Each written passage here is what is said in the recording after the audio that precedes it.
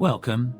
Today we journey into the profound verses of Rumi, a voice that reaches deep into the mystical and the melancholic, with flickers of calm and hope.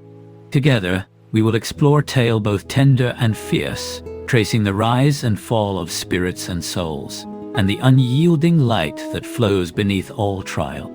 The camel of Salih appeared, a creature rough and unpolished in form, a reminder that true worth often lies beneath harsh surfaces. How quietly this tells us that appearances can deceive, that the beauty we seek may be hidden like a secret beneath the coarse shell. Yet with foolish hearts, that cursed tribe severed its neck, a wound inflicted by ignorance and cruelty, stirring sorrow within us. It is painful to witness how blindness of spirit can drive such heartless acts. They turned foes over water, a simple, life-giving stream turned into a battleground, and this strikes a melancholic chord. How easily pure things are poisoned by petty strife. Blind to bread, blind to water. Their eyes denied the very sustenance that should nurture them. This is not mere physical blindness, but the deeper loss of spirit, a tragic inability to see what truly sustains us. God's camel drank from the brook, bathed in the fragrance of juniper. A serene moment touched by divine presence, where nature itself holds sacred witness. Yet the tribe withheld the rightful water, denying justice its pure flow, and the sharp edge of anger cuts through this scene. How cruel it is when generosity is met with selfish denial, the rightful grace blocked by hardened heart. Salih's camel, mirroring the body of the righteous, stands intertwined with noble souls. It waits in silent watch, a snare set for the false and wicked.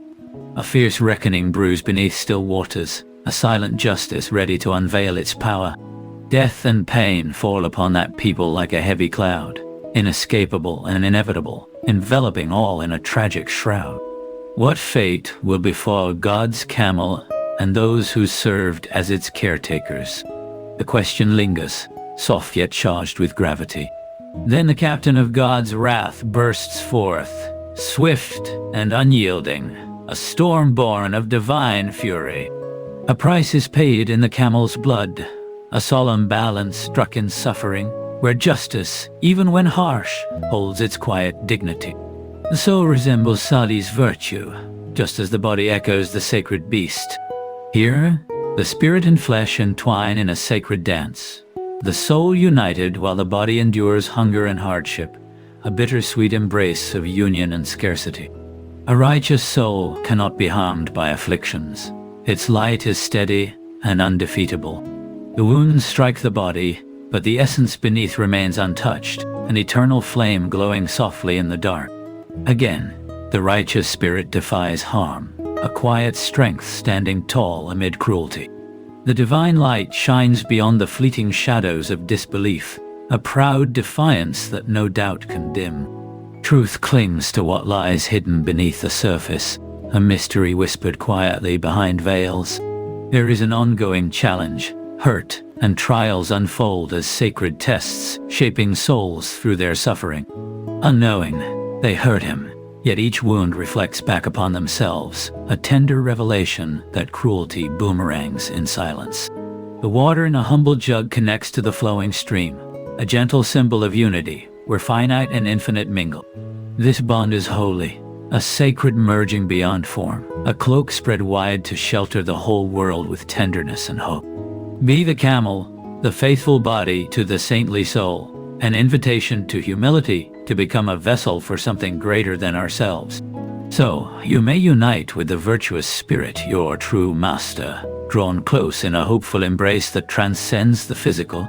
Salih confronts bitterness with a sharp question. How could such envy take root in hearts? A stern moment carried with disappointment. A chilling prophecy follows. After 3 days, divine vengeance descends, and from life itself, a plague arises. The dread grows, marked by 3 signs. Faces change color, a spectral parade of fear unfolding one hue at a time. Saffrons burn, the deep red of mulberry. Then the eclipse of deepest black. Then the wrath comes swift and unrelenting, thunder shaking the foundations of guilt. If you seek proof, look well. The camel's calf flees toward the mountain's shadow, a flight filled with faint hope. If captured, perhaps salvation remains. Otherwise, hope escapes like a bird freed from traps, vanishing beyond reach, slipping into the highlands' mist. Fate speaks openly now, beheading hope itself in cold finality. Yet, what does the camel's calf care, caught between mercy and destiny? In kindness may relief dawn, hearts lifted beyond despair, for without such hope, even strength falters, heavy under hopelessness. When this dark warning is heard, eyes open, trembling beneath fate's shadow. Faces grow pale, sighs cold with despair's weight. By the second day, cheeks flush with the fire of shame, and hope quietly slips into shadows lost. Darkness falls. Justice arrives quietly, but unyielding, without the need for battle's blood. All bow in bitter hopelessness, like trembling birds in silent prayer. Gabriel, the faithful messenger, carries news, while the tale of bowed knees passes from voice to voice. A sacred lesson that through humility can come freedom from fear. They wait, bracing for wrath's blow as destruction smothers the city in smoke, echoing with silent moans and vanished mourners. Bones speak laments, and souls weep delicate tears like morning dew.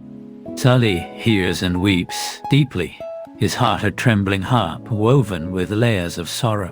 He admonishes those who lived in vanity and deceit, weeping before divine truth for lost souls.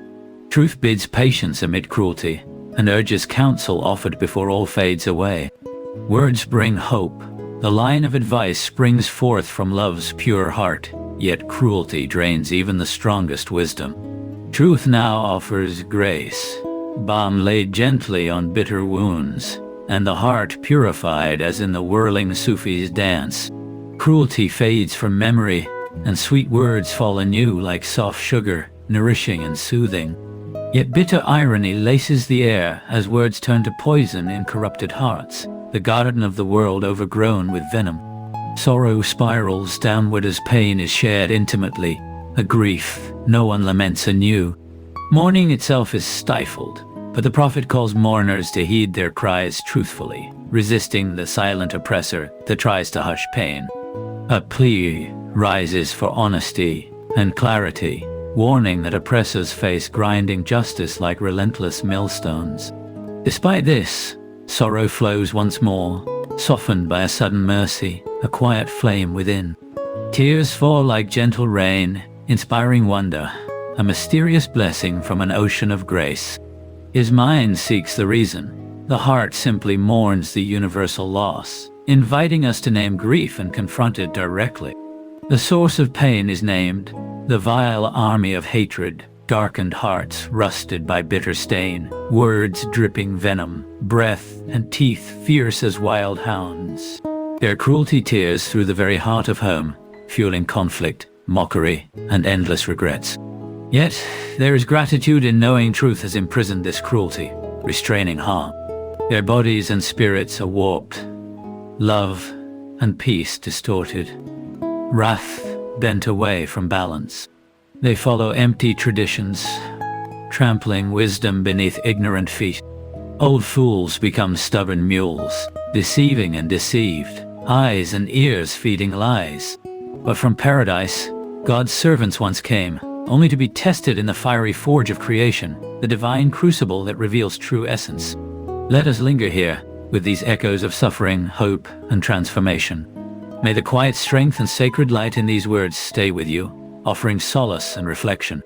Whenever you feel drawn, I hope you return to find again the deep mysteries and gentle wisdom of Rumi's voice.